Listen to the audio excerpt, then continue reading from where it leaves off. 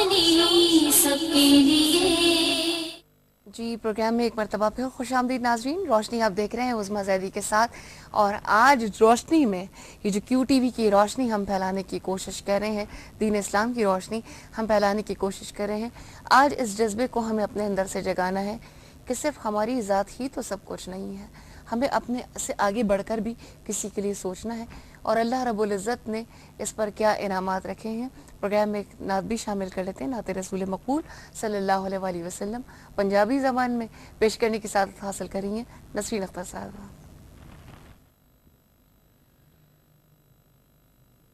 میں جس ویلے وی کرلاواں مدینہ سامنے ہووے,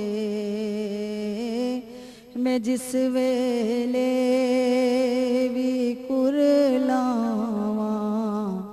مدینہ سامنے ہووے, میں اکھ کھولاں کہ سو جاواں مدینہ سامنے ہووے. حیاتی دا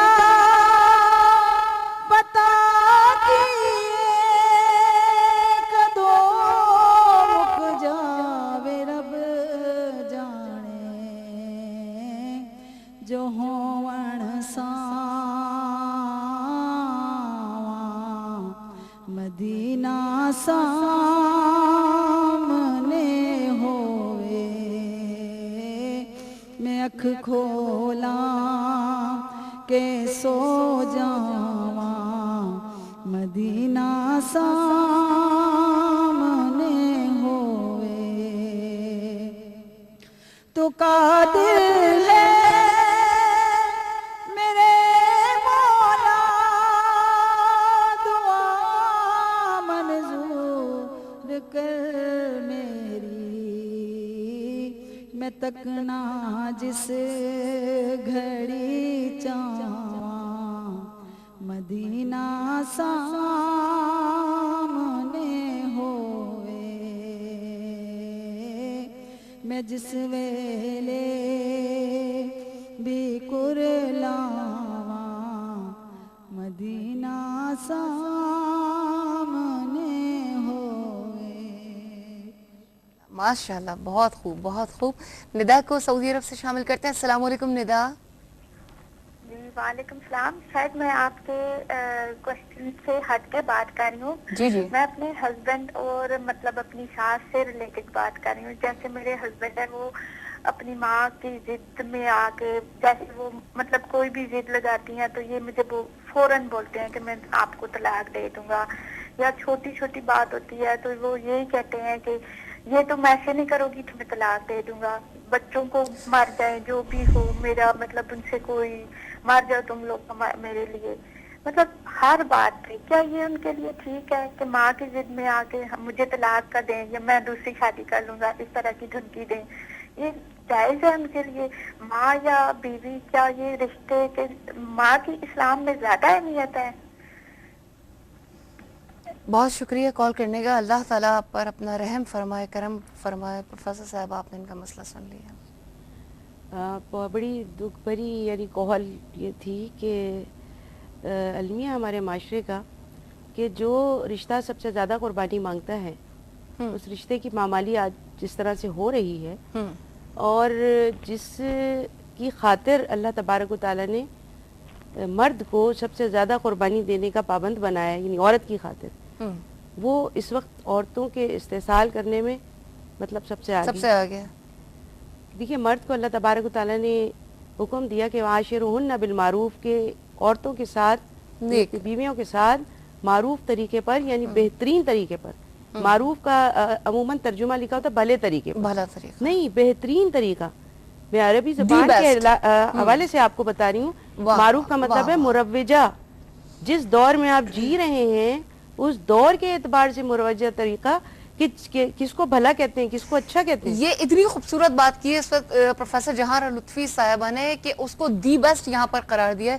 یہ ماشاءاللہ اس بات کو اس لیے ذمہ داری کے ساتھ پہنچایا جا رہا ہے کہ یہ عربی زبان کی استاد بھی ہیں, تو عربی میں جو اس کا بہترین جو معنی ہو سکتا ہے وہ یہاں پر وہی پیش میں کیا بیان گیا. کروں وہ گی. پیش کریں. ہمارے بالکل ٹرانسلیشن ایک Very لفظ good. سے ہوگا, وہ لفظ اس کا حق نہیں ادا کر رہا کہ معروف کا مطلب کیا ہے.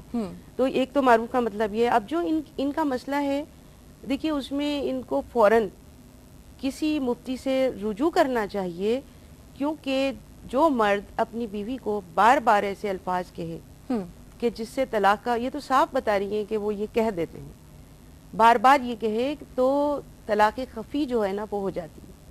یعنی ایک ہوتی ہے طلاق جلی اور ایک ہوتی ہے خفی, یعنی چھپی ہوئی پوشیدہ, وہ ان الفاظ کے اندر ہوتی ہے. مثلا یہ کہ ایسے جملے کہہ دینا مجھے تمہاری ضرورت نہیں ہے تم چلی جاؤ, میری طرف سے تم, یہ میری طرف سے تم فارغ ہو, ٹھیک ہے, وغیرہ وغیرہ, یہ جملے بھی مردوں کو نہیں کہنا چاہیے اپنی اچھا. بیویوں یہ سے. جو اور ایک اور جو محرک والدہ جو ہے, اب یہ دیکھیں بہت محترم چیز ہے, بہت اس سے بڑی خیر چیز ہو نہیں سکتی. اور ہم یہ بھی دیکھتے ہیں کہ نبی کریم صلی اللہ علیہ وسلم کے ارشاد کے مطابق کہ ایک عورت کے لیے شادی کے بعد پہلا حق اس کے شوہر کا, لیکن مرد پر پہلا حق اس کی والدہ کا ہے. اس چیز کو اکثر لوگ کوٹ کرتے ہیں, میں خواتین کے حوالے سے بتا رہی ہوں کہ یہ والی حدیث جو ہے اکثر شوہر کوٹ کرتے ہیں, لیکن کیا سرکار دو عالم صلی اللہ علیہ وآلہ وسلم نے خدا نہ خواستہ نعوذ باللہ, مطلب ان تعلیمات سے ہمیں یہ کہیں ظاہر نہیں ہوتا کہ جب معاملہ ان میں برابری رکھنے کا آ جائے تو آپ ایک شخص کو بالکل پس پوش ڈال دیں؟ نہیں, بالکل نہیں. بلکہ دیکھیے انصاف اور عدل اور انصاف دیکھیے سب کے ساتھ برابری کا ہے.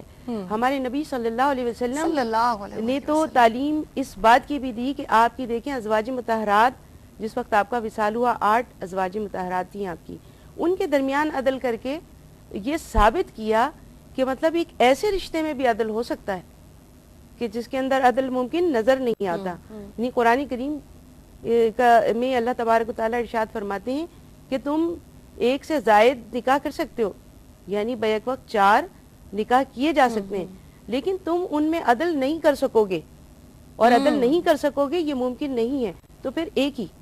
تو آپ دیکھیں کہ جو چیز ناممکن ہے اللہ کے رسول صلی اللہ علیہ وسلم نے اس کو بھی بڑی حد تک, یعنی یہ دیکھیے کتنا ممکن بنا کے دکھایا کہ یعنی اس کوئی مثال دنیا میں اس کے جیسی ہو ہی نہیں سکتی. اب جہاں جس کے پاس ایک ہی بیوی ہو, اور بیوی کو جو ہم نے قربانی کا بکرا بنایا ہوا ہوتا ہے, میں یہ بات اس لیے کہہ رہی ہوں کہ ماسی بھی وہی ہے, کام کرنے والی, روٹی پکانے والی جو ہے وہ بھی وہی ہے, کپڑے دھونے والی وہی, استری کرنے والی, بچوں کی آیا وہی ہے, یعنی اور پھر آئے گئے مہمان کی خدمت کرنے والی وہی ہے, اور اس کے علاوہ آپ کے پیر دابنے والی بھی وہی ہے. جیسے اس دن کال آئی, کہا کہ جی میں یہ چاہتا ہوں, تو آپ یہ بتائیے کہ دیکھیے یہ اس کو آپ نے کیا درجہ دیا ہوا ہے, یعنی یہ سوچنے والی بات ہے.